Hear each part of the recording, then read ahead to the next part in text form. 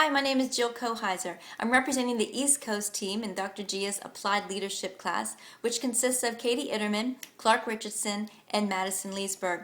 The case study that was discussed by our group from the textbook Understanding Leadership was entitled W.L. Gore and Associates, Natural Leadership.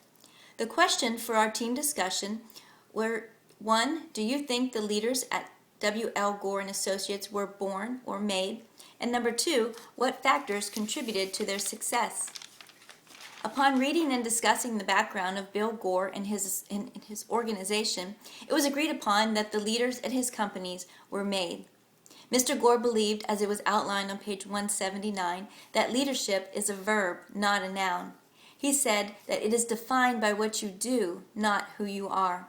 A leader emerges in his organization and their contributions and abilities are recognized by others and the associates and their sponsors. This again was outlined on page 179. Bill Gore developed leaders from within and developed the principles of his organizational culture to allow leaders to emerge in functional teams.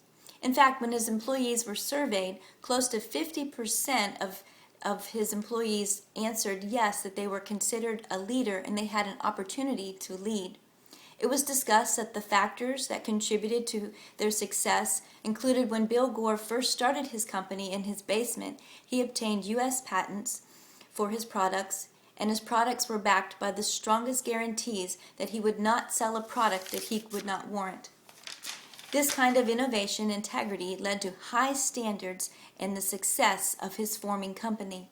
Another concept that was mentioned in our discussion was that Bill could have sold his company, but instead he decided to make money and have fun.